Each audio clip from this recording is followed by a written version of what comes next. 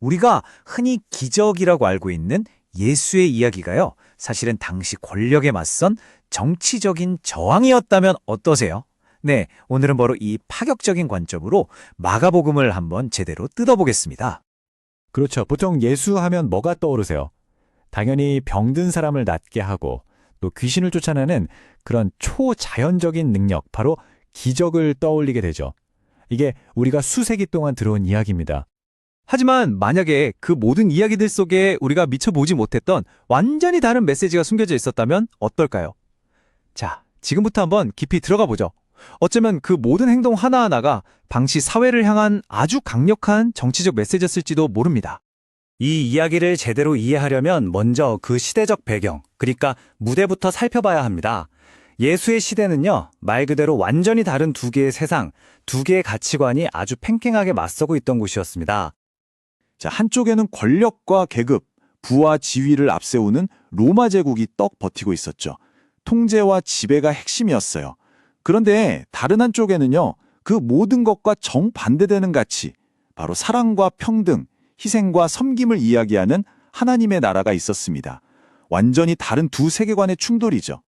당시 사회가 얼마나 불평등했는지 이 구조를 보면 바로 알 수 있습니다. 정말 좀 충격적이지 않나요? 보세요. 고작 1, 2%밖에 안 되는 지배 엘리트가 전체 토지의 60%를 소유하고 있었어요.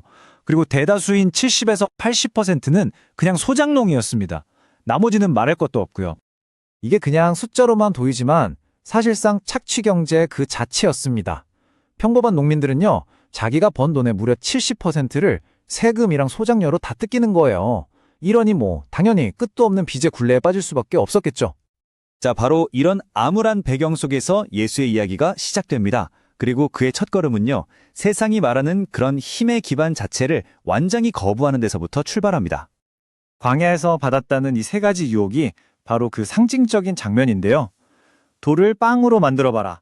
즉, 물질로 사람들을 휘잡으라는 유혹을 거부하죠. 또 화려하게 뛰어내려서 사람들의 눈을 현혹시키라는 일종의 쇼맨십도 거부합니다. 마지막으로 자신에게 굴복하면 세상의 모든 권력을 주겠다는 세속적 권위마저 단호하게 거절하죠. 이건 단순히 개인의 유혹을 이겨낸 게 아니라 세상이 추구하는 가치 자체를 거부하겠다는 공개적인 선언이었던 겁니다. 그래서 성경에서 영으로 가득 찼다 이런 표현이 나오잖아요. 이때 영, 히브리어로 루아흐라는 건 무슨 유령 같은 게 아니에요. 원래 뜻이 숨, 바람, 그러니까 생명의 기운 그 자체입니다. 세상적인 힘이 아니라 바로 이 신성한 생명력, 완전히 다른 종류의 에너지로 움직이기 시작했다는 뜻이죠.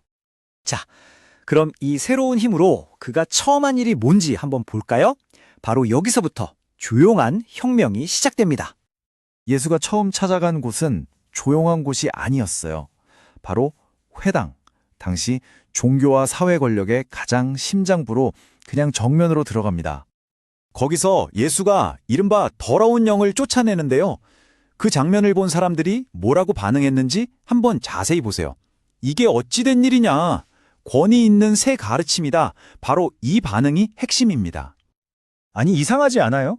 귀신 쫓는 일이야 그 당시에도 비슷한 의식들이 있었거든요.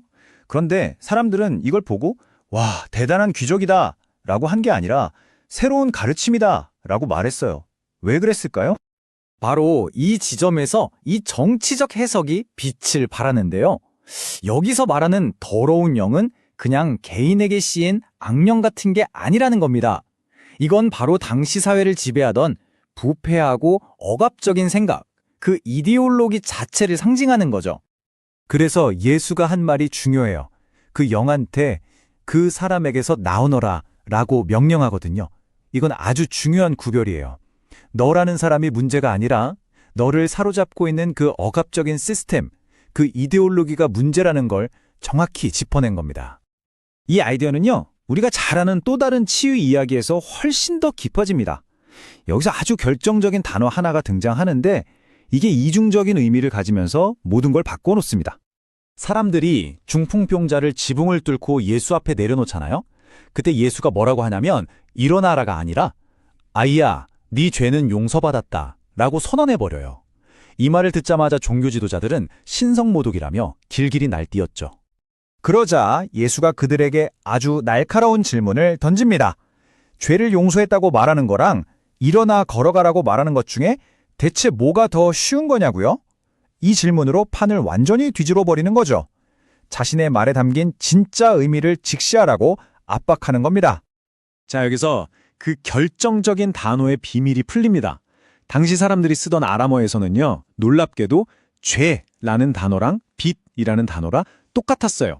그러니까 빚을 졌다는 건 그냥 돈 문제가 아니라 사회적으로 죄인 취급을 받고 공동체에서 완전히 내쳐지는 걸 의미했습니다. 그렇기 때문에 내 죄를 용서한다는 말은 그냥 영적인 위로가 아니었던 겁니다. 이건 그의 빚을 탕감해주겠다는 선언이었고, 그를 병뿐만 아니라 사회적, 경제적 굴레에서 풀어주는 완전한 해방선언이었던 거죠. 다시 공동체의 일원으로 받아들이겠다는 의미였습니다. 자, 이제 거의 다 왔습니다. 여기에 원어에 숨겨진 마지막 퍼즐 조각이 하나 더 있어요. 예수가 병자들을 고칠 때 계속 썼던 말이 일어나라는 거잖아요. 그런데 놀랍게도 이 일어나다라는 단어가 우리가 아는 부활이라는 단어와 같은 뿌리에서 나왔습니다. 기본적으로 같은 개념인 거죠. 다시 일어서다. 이게 뭘 의미할까요? 부활이라는 게 그냥 죽은 다음에 일어나는 먼 미래의 일이 아니라는 겁니다.